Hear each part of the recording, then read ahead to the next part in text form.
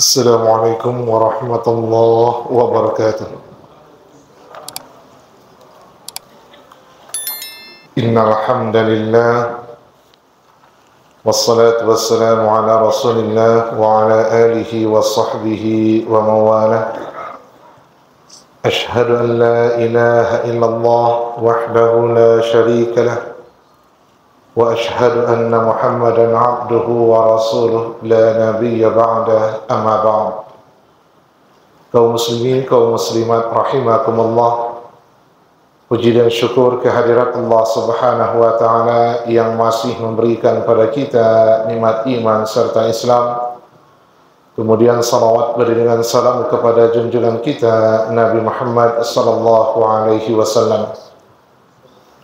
Dalam surat An-Nisa surat yang keempat ayat 29, Allah Subhanahu wa taala berfirman, A'udzu billahi minasyaitonir rajim. Bismillahirrahmanirrahim. Ya ayyuhalladzina amanu la ta'kulu amwalakum bainakum bil batil. Shadaqallahul azim. Wahai orang-orang yang beriman, jangan kamu memakan harta sesamamu dengan jalan batil.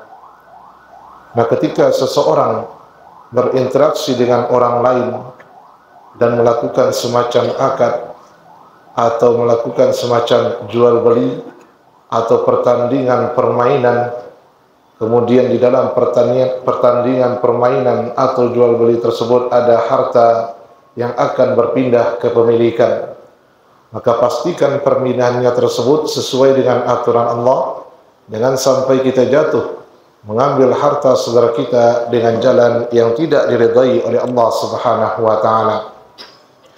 Di dalam kehidupan sehari-hari biasa kita melakukan pertandingan permainan atau perlombaan. Dalam momen-momen tertentu kita melakukannya. Namun sayangnya kita tidak peduli dengan aturan agama dalam masalah tersebut. Memang untuk urusan dunia Nabi telah menyerahkannya kepada kita. Antum a'lamu bi umuri dunyakum, kamu lebih tahu tentang urusan duniamu. Maka ketika Nabi sudah serahkan urusan dunia itu kepada kita, apa yang kita buat selama tidak ada larangannya dalam agama, maka hukumnya diperbolehkan. Mau melakukan pertandingan, permainan atau perlombaan dipersilakan. Nabi SAW pernah bertanding melawan Aisyah ketika itu, dia pacu lari. Nabi menang sekali dan Aisyah juga pernah menang satu kali. Sahabat Nabi Salamah bin Al-Aqwa' atau Al-Azam yang berpacu atau bertanding dengan sahabat yang lain yang menaiki kuda. Namun beliau yang memenangkan pertandingan, beliau yang terlebih dahulu sampai di gerbang kota Madinah, padahal beliau hanya memakai kakinya saja. Nah, hal-hal seperti ini diperbolehkan secara hukum asal. Jangan sampai nanti masuk sesuatu yang bisa merubah hukum asal tersebut. Masuk faktor dari luar yang membuatnya menjadi diharamkan. Karena ada sesuatu di sana, seseorang mengambil hartanya, mengambil harta saudaranya dengan jalan batil. Nah, oleh karena itu, ketika bapak ibu melakukan pertandingan, kemudian perlombaan atau permainan, atau semacam acara yang ada hadiahnya, maka perhatikanlah apa yang akan kita terima kalau kita memenangkannya.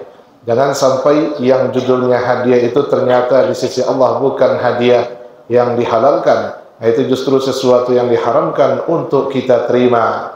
Nah, oleh karena itu dalam kitab Mu'nisul Jalis yang merupakan syarah dari kitab Yaqutun Nafis karangan Syekh Mustafa Abdul Nabi Asy-Syafi'i, beliau merinci sumber hadiah dalam permainan, perlombaan atau pertandingan itu ada 4 macam.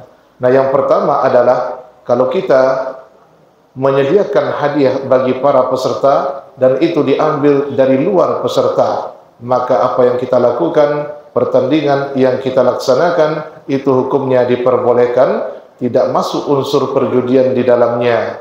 Kalau kita menang, halal kita menerima hadiah tersebut karena sumbernya adalah dari luar peserta, dari orang ketiga, sponsor atau donatur lah namanya. Maka yang seperti ini tidak dikeragui kehalalannya. Kemudian yang kedua, sumbernya adalah dari salah satu pihak peserta yang ikut pertandingan, permainan atau perlombaan. Nah, seperti kita bertanding melawan si B, lalu kita katakan, kalau engkau menang, saya kasih hadiah, tapi kalau saya menang, engkau tidak perlu memberi saya hadiah. Nah, kalau hadiahnya hanya dari satu pihak peserta, tidak untuk seluruh peserta, maka itu juga diperbolehkan. Tapi tidak bisa lagi kalau kita mengatakan, kalau engkau menang, saya bayar. Kalau saya menang, engkau bayar. Apa yang dibayarkan? Mungkin makanan atau minuman. Kalau sudah dari dua pihak yang akan membayar, yang akan mengeluarkan hartanya, maka ketika itu sudah jatuh kepada perjudian maisir namanya. Mengambil harta orang dengan jalan mudah, ya, sambil bermain-main, bercanda, dia makan harta orang lain. Sambil bersenang-senang, dia ambil harta orang lain. Nah, kalau ada yang beralasan, kalau tidak ada pertaruhan seperti itu, permainan tidak seru. Ya, kalau masalah seru tidak seru, ya jangan neraka yang dijadikan ya sebagai taruhannya. Nah, jangan sampai kita merasa seru untuk masuk ke dalam api neraka. Jangan sampai sesuatu yang diharamkan di sana pula keseruannya. Itu bukan sifat orang yang beriman kepada Allah Subhanahu wa taala. Nah, oleh karena itu, ya, ketika kita bermain olahraga bola atau apapun lah, selama tidak ada larangan dalam agama, kalau mau kita bertaruh, taruhannya hanya dari satu pihak saja, dalam artian hadiah hanya dari satu pihak atau dari seorang peserta.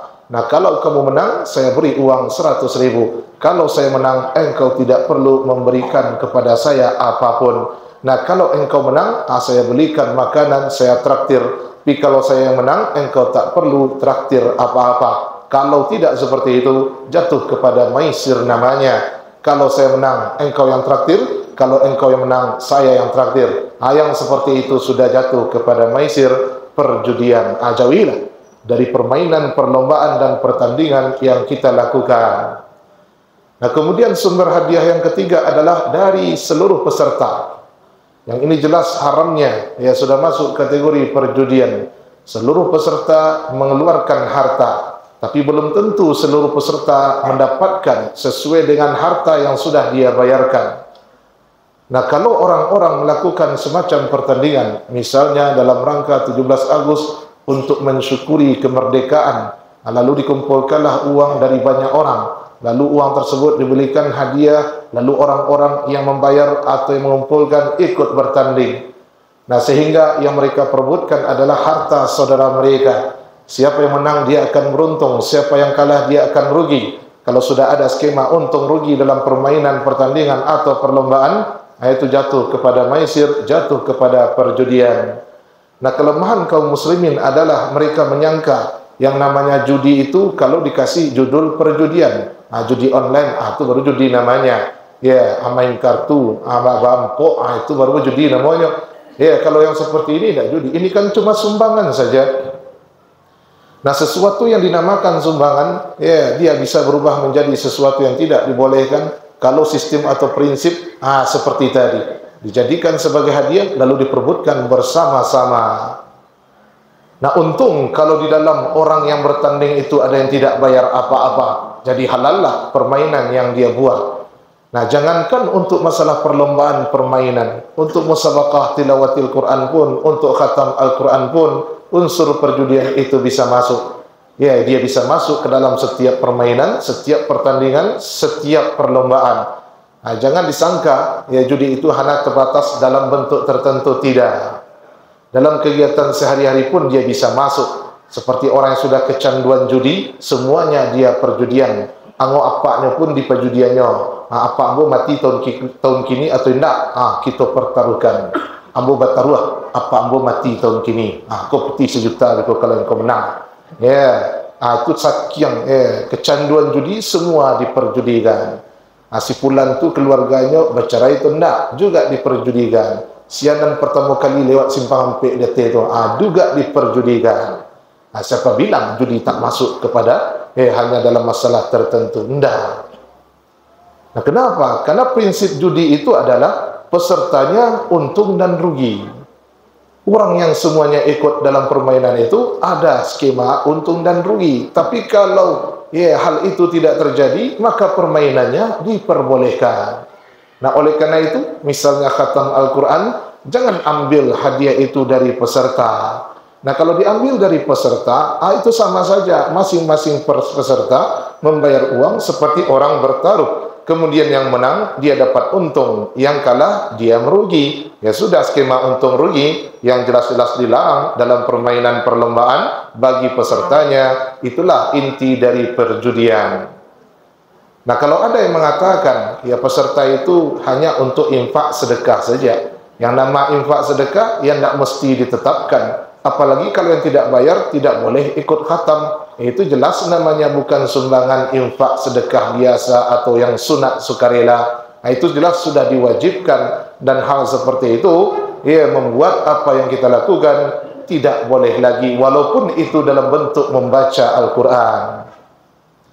Nah, oleh karena itu, cari dari dana luar, orang ketiga, dari donatur atau sponsor, atau hadiah khatam itu disediakan satu pihak peserta saja. Kalau kalian yang menang, ambil hadiah ini semuanya. Tapi kalau saya yang menang, kalian tak perlu bayar apa-apa. Nah, sehingga peserta yang lain kalau kalah, dia tidak rugi. Kalau menang, dia beruntung. Nah, walaupun namanya khatam Al-Quran, ya, kadang-kadang itu dianggap, ya ini kan infak sedekah. Enggak. Nah, janganlah sampai, ya kalau minta hadiah dari pihak luar, ya jangan sampai caranya yang merendahkan Al-Quran juga. Ya, ambil orang di jalan, nataan kaso tengah jalan, tapasur amalambe, sudah tu lambe dimintai pitinya. Orang berhak memakai fasilitas umum tanpa gangguan. Sekarang mereka diganggu untuk dimintai dananya, dana untuk khatam Al-Quran. Jangankan menaikkan Al-Quran, itu justru merendahkan Al-Quran. Ya jangan sampai cara-cara seperti itu yang kita pakai untuk mencari dana dalam rangka musabaqah tilawatil Quran kah namanya, atau khatam Al-Quran kah namanya. Nah, oleh karena itu Bapak dan Ibu, ambil hadiah dari luar peserta atau dari salah satu pihak peserta saja. Jangan dari semua peserta. Lalu yang menang beruntung, dia cuma bayar 300.000, menang dapat hadiah tabanas 1 juta rupiah, untung dia 700.000. Kawan dia tidak menang, akhirnya tak dapat apa-apa. Kalaupun dapat hadiah hiburan, yaitu kain sarung dan Al-Quran. Kain sarung 50.000, Al-Quran 100.000, masih rugi dia karena dia bayar 300.000 rupiah. Kemudian sumber hadiah yang keempat adalah dari seluruh peserta. Tetapi ketika akan bertanding, ketika akan bermain dan ketika akan berlomba, dia masukkan satu orang sebagai muhallil, namanya tukang halal, yang menghalalkan permainan tersebut. Si A dan si B bertanding misalnya. Si A, kalau engkau menang saya kasih hadiah, ini uangnya, ini uang saya. Lalu dipanggil si C untuk ikut bermain. Si C tidak membayar apa-apa, dia tidak mengeluarkan hartanya, dan si C bisa memenangkan permainan tersebut. Nah, si A dan si B bayar, si C tak bayar. Nah, si C ini namanya muhallil, dia menghalalkan permainan tersebut. Kalau dia tak ada, jadi judilah yang berdua itu. Tapi kalau si C ini ada, maka jadi halallah permainan tersebut. Nah, si C ini disebut oleh para ulama dengan muhallil, tetapi ada syaratnya. Syaratnya adalah si C ini pandai dalam permainan tersebut. Dia bisa bersaing dan punya kemungkinan untuk menang, sebagaimana kita punya kemungkinan untuk menang. Kalau yang muhallil ini sengaja dicari anak bawang, anak tidak pandai main, walaupun ikutkan ini sebagai muhallil, tetapi tidak pandai main di bidang tersebut, tidak pandai bertanding di bidang olahraga tersebut, maka jadilah permainan kita jadi judi namanya. Jadi syarat dari muhallil adalah dia berkompeten, dia bisa bersaing, dia punya kemungkinan untuk menang, sebagaimana kita punya kemungkinan untuk menang. Kalau sengaja dicari orang-orang yang tidak pandai, yang bodoh, sehingga bisa dipastikan kekalahannya, atau kemungkinan besar dia kalah, maka tetap permainan tadi jatuh kepada perjudian.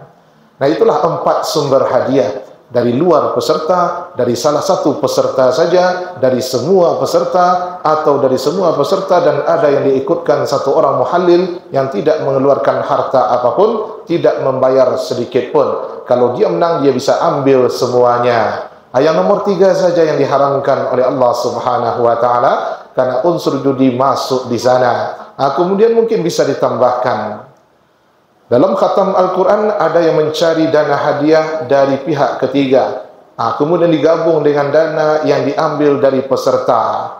Nah, kalau ingin harta tersebut halal, yang dimenangkan oleh pemenang halal, tidak ada unsur perjudian di dalam khatam yang kita adakan, maka buatlah semua orang yang mengikuti khatam Al-Quran dapat hadiah.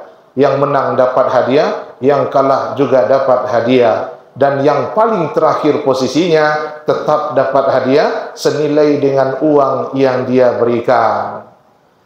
Dia menang, dapat hadiah, beruntung karena melebihi dari apa yang dia infakkan. Nah, yang sekarang yang kalah, dia dapat hadiah juga. Dilihat hadiahnya senilai dengan uang yang dia setorkan. Nah, kalau seperti ini yang dilakukan, maka tidak ada skema untung rugi. Yang ada bagi peserta adalah kalau menang dia beruntung, kalau kalah dia tidak rugi karena dia balik modal. Dia beri 300.000, hadiah yang dia terima walaupun kalah nilainya 300.000 rupiah. Buatlah seperti itu supaya kita tidak berdosa di sisi Allah Subhanahu wa taala, supaya yang menang itu tidak mengambil harta saudaranya dengan jalan batil.